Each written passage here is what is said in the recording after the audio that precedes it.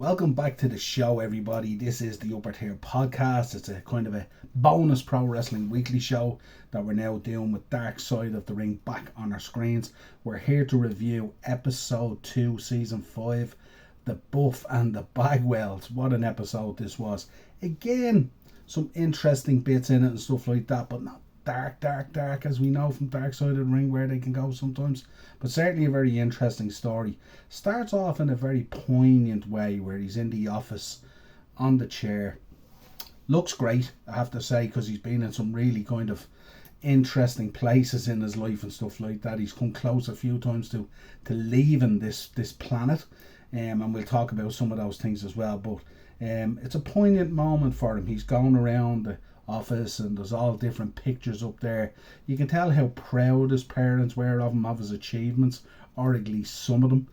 But the office is just covered in various different like magazine covers and achievements and 8x10s and all that kind of stuff. So, and you can see as he glazes around through them all, you can see it's taking him back to those times and stuff like that. So very, very interesting start to the show. You can tell straight away the mother was the matriarch of the family and stuff like that. She ran the business.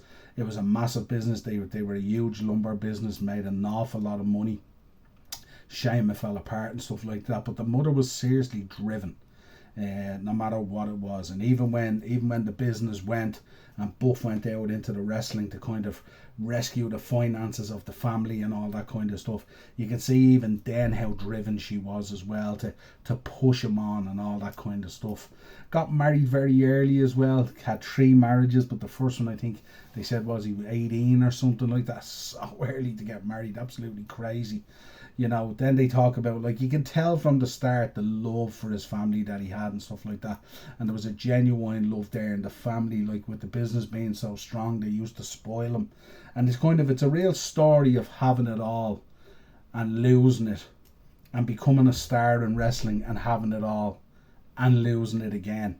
And that's kind of the setting that goes through this episode, but very, very interesting. I mean, there's no doubt this guy, they talk about it, where they used to watch wrestling and stuff like that, and they could tell by Buff that he was destined to do things and all that kind of stuff, and you'll often hear parents say that about their kids. You look at them and they go, he's destined to succeed in whatever he wants to do and all this kind of thing.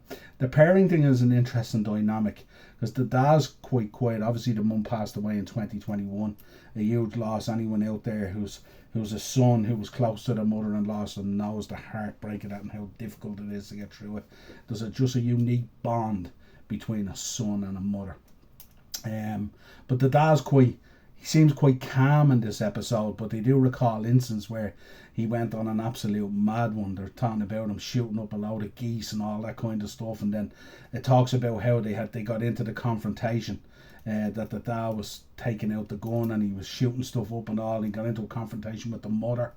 Buff had to intervene, and Buff had a gun as well, and the shots were all fired off and he nearly killed the dad and all this kind of stuff, and it talks about how things go a little bit south and all, and his addiction to drugs and all that kind of stuff, so it's a serious dynamic. Talks about going into the NWA, obviously breaking into wrestling, being pushed all the time, and that relationship he had with Missy Hyatt and all that kind of stuff, pushing him all the time. It's a story of people just being pushed all the time. Goes into WCW and becomes an absolute star with Scotty Riggs and all that kind of stuff. Was pretty kind of cool, getting the calf implants and all, and then them turning toxic in his body and he had to be raced to the ER room. Scotty talks about having to pick him up and having to carry him to the toilet and all that kind of stuff and all. The American Male, do you hear Eric Bischoff talking about why did you have to play that entrance song again? Now I'm going to be humming it all night and all this kind of thing. So it was interesting in how it went and stuff like that. And then obviously WCW being bought over by WWE, and they kind of somewhat cherry picked some of the talent that they needed, and we know we don't have to regurgitate history on that. But Buff was down doing some work with Hurricane, and it got into a fist fight, and he slapped Hurricane, and then Hurricane took up an ice pack, like an ice bottle or whatever it was, and cracked it over his head and split him open, and he ended up having to wrestle and all with the stitches in the back of his head and all this kind of stuff.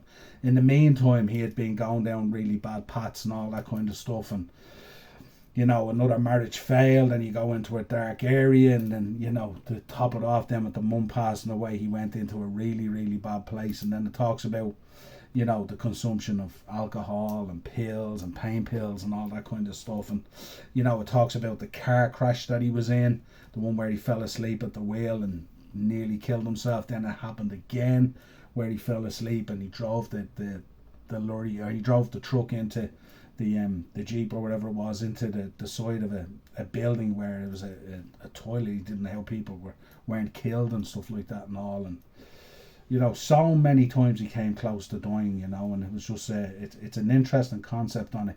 Then he broke his neck, of course. They were talking about the neck break and how he came back from that, and the mother became an on-screen character and all, which I think is crazy in the wrestling business. That there's not too many of those stories end well anyway.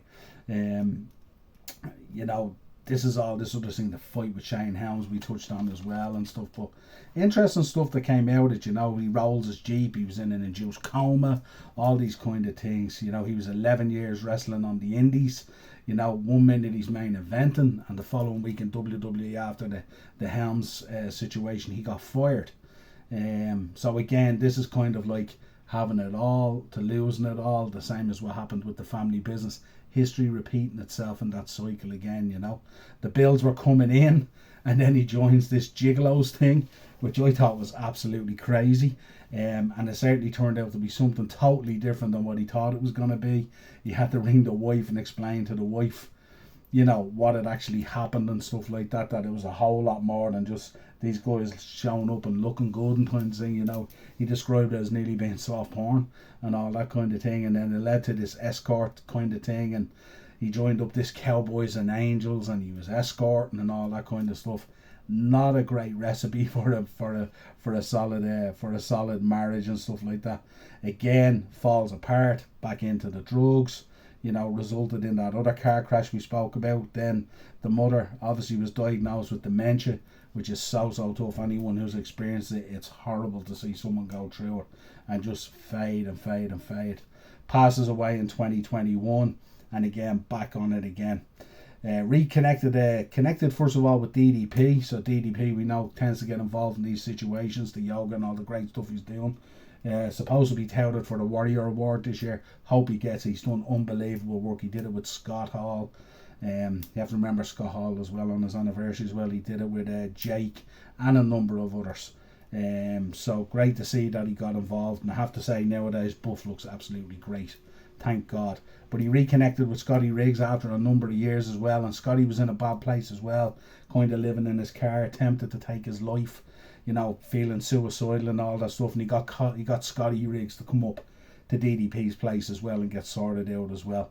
So that was unbelievable. His dad said his most proudest thing about Buff is about Marcus is his recovery and his sobriety, which is really nice to hear. I'm probably not too sure whether the mother would have had the same view, because the mother was so driven in terms of career and business and all that kind of stuff. But certainly he left his mark on the wrestling business, there's no doubt about it. Most people know who Buff Bagwell is. He's buff and he's the stuff and all that kind of stuff. The American male stuff and all that kind of stuff. Looked $1 million. Really good at wrestling as well. But unfortunately it's one of those things. So when we talk about dark side of the ring, I don't think necessarily it's a dark side of the ring. I think it's a difficult relationship and dynamic between him and his parents, and the success that he wanted, and getting absolutely, dare I say, he was, in terms of his body and his look, he probably had that body dysmorphia a little bit and stuff like that as well, getting calf implants, all that kind of thing. But came out the other side, and now looks like he's doing really well, and he was really in a bad place. So hats off to Marcus Bagwell on recovery.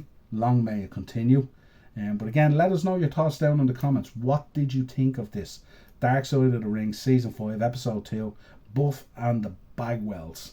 Kind of a tale of having it and losing it a number of times. I just can't imagine what it must have been to be a wife of Marcus Bagwell at the time.